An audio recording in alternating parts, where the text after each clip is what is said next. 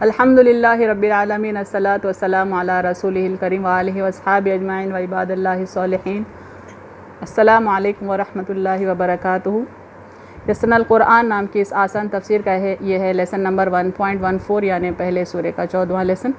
اس کا تھیم ہے سورہ فاتحہ احادیث کی روشنی میں، یعنی سورہ فاتحہ کی اہمیت بتائی جائے گی احادیث کی روشنی میں۔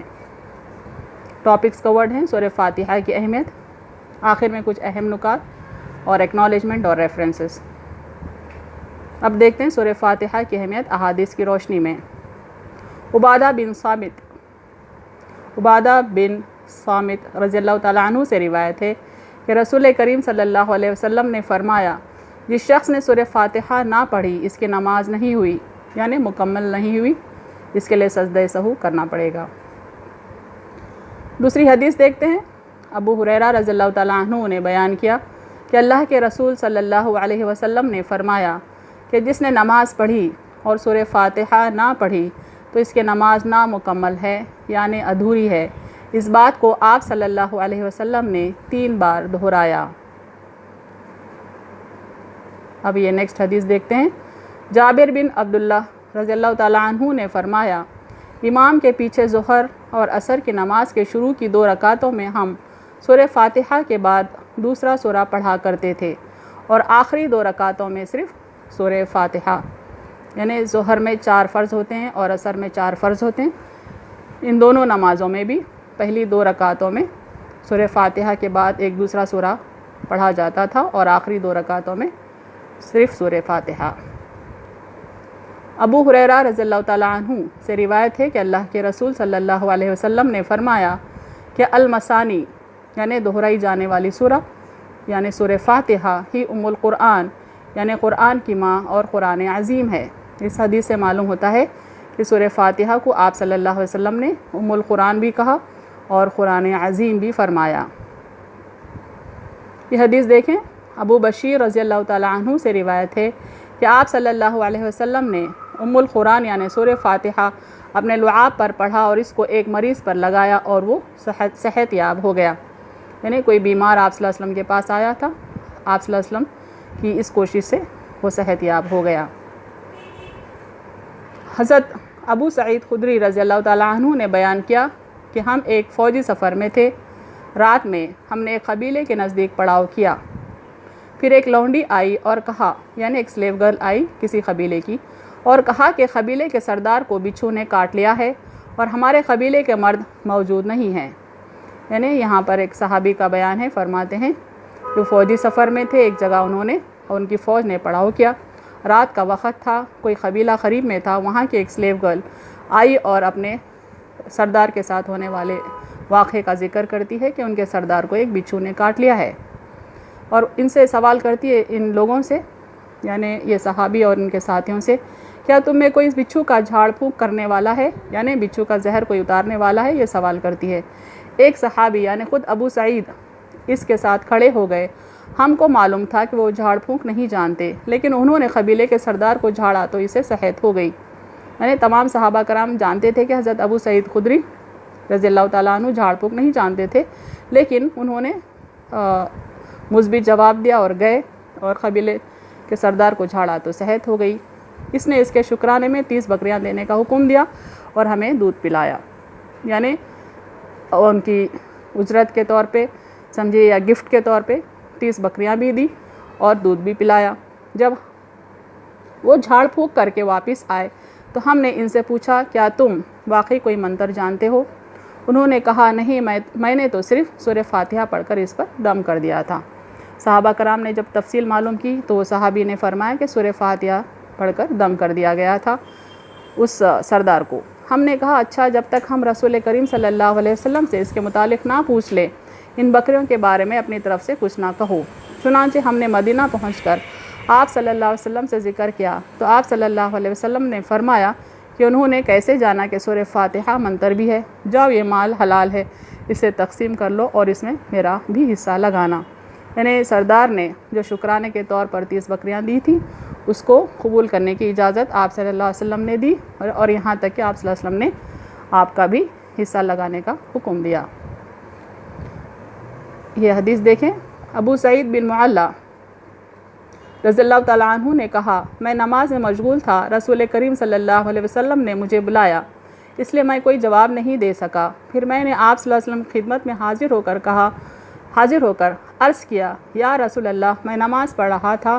اس پر آپ صلی اللہ علیہ وسلم نے فرمایا، کیا اللہ تعالیٰ نے تمہیں حکم نہیں فرمایا کہ اللہ کے رسول جب تمہیں پکاریں تو ان کی پکار پر فوراً اللہ کے رسول کے لیے لبیک کہا کرو؟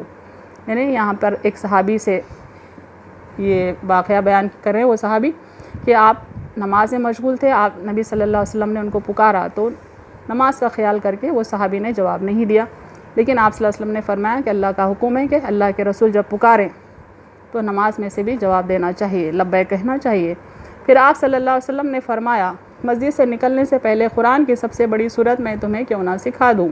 پھر آپ صلی اللہ علیہ وسلم نے میرا ہاتھ پکڑ لیا، اور جب ہم مسجد سے باہر نکلنے لگے تو میں نے عرض کیا، یا رسول اللہ، آپ صلی اللہ علیہ وسلم نے ابھی فرمایا تھا کہ مسجد کے باہر نکلنے سے پہلے آپ مجھے قرآن کی سب سے بڑی سورت بتائیں گے۔ آپ صلی اللہ علیہ وسلم نے فرمایا، ہاں، وہ سورت الحمدللہ رب العالمین ہے۔ یہی وہ 7 آیات ہیں جو ہر نماز میں بار بار پڑھی جاتی ہیں، اور یہی وہ قرآن عظیم ہے جو مجھے دیا گیا ہے۔ یعنی آپ صلی اللہ علیہ وسلم صحابی حضرت ابو سعید بن معلّہ کو یہ تفصیل بتانا چاہتے ہیں کہ قرآن عظیم دراصل سورہ فاتحہ ہی ہے۔